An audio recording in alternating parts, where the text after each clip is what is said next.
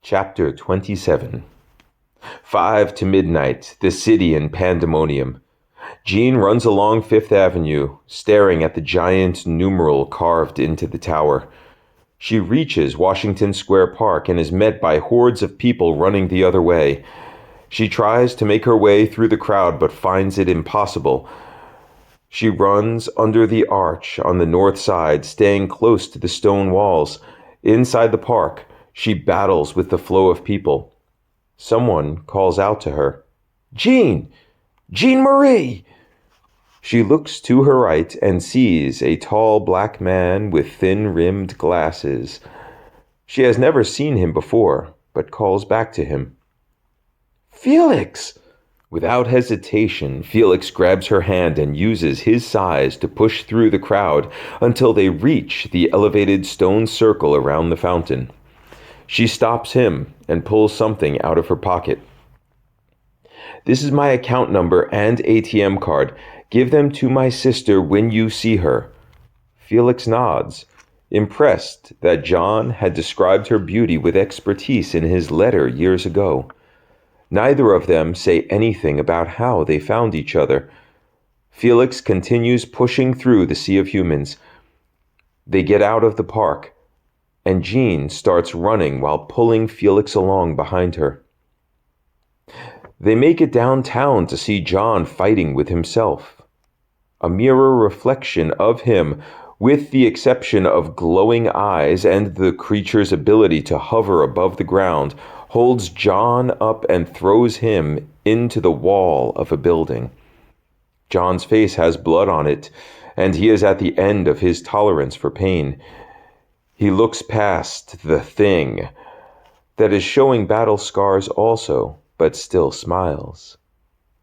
Jean calls to him. Without looking back, the creature sends a bolt from his right hand at her.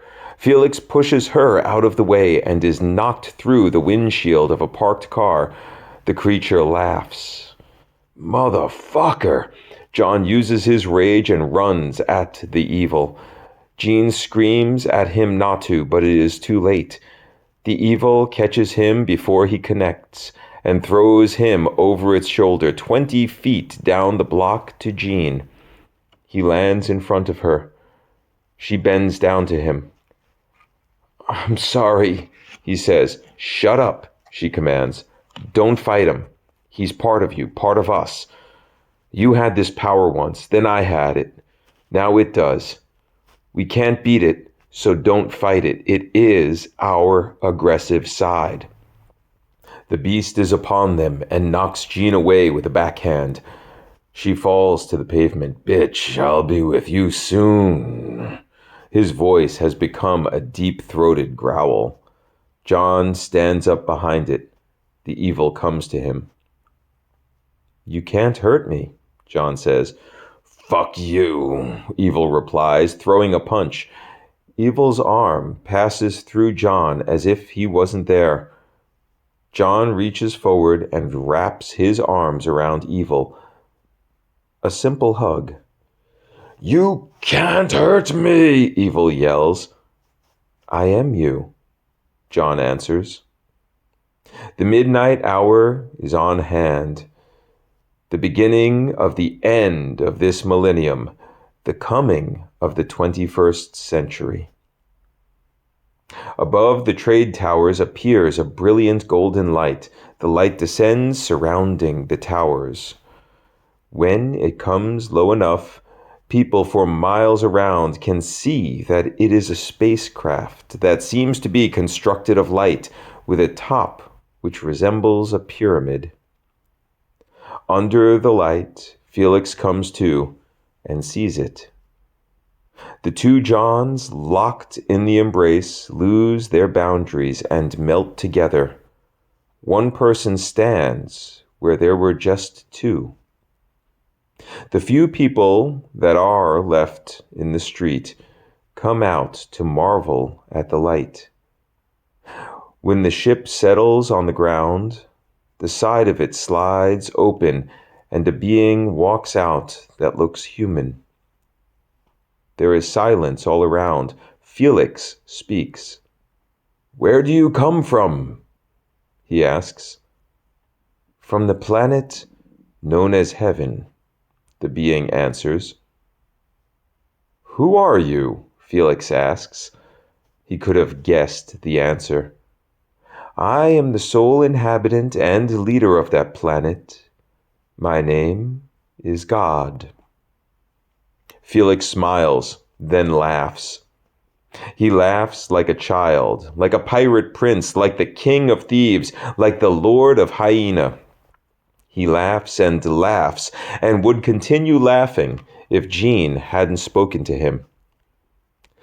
I don't have much time in this form. Please, listen. John and I were placed here eons ago to bring life to this world. Using mathematics that will be discovered in this century, you'll discover that heaven and earth are on the exact opposite sides of time and space and are interlocked with each other. We must coexist.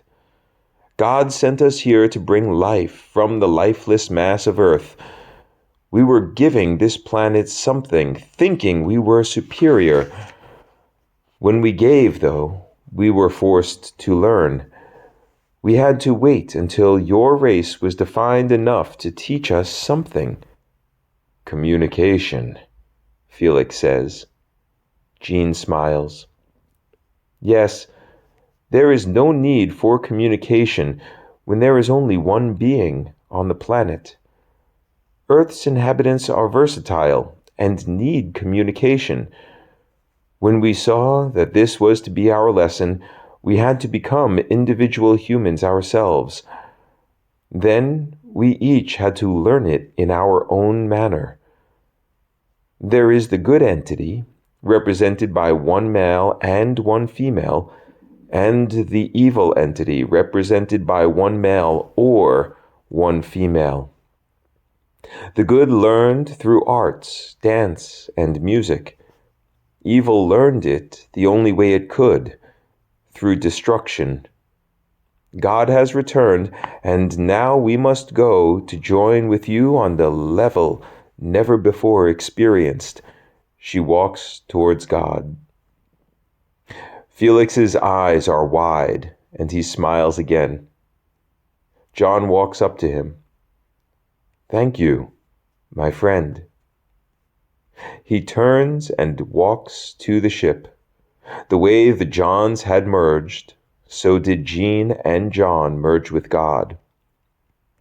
Now I'm whole, God says.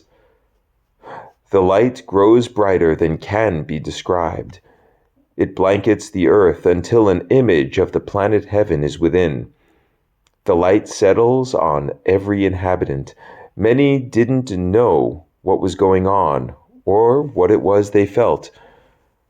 You could bet damn sure that Felix would make sense out of it for them.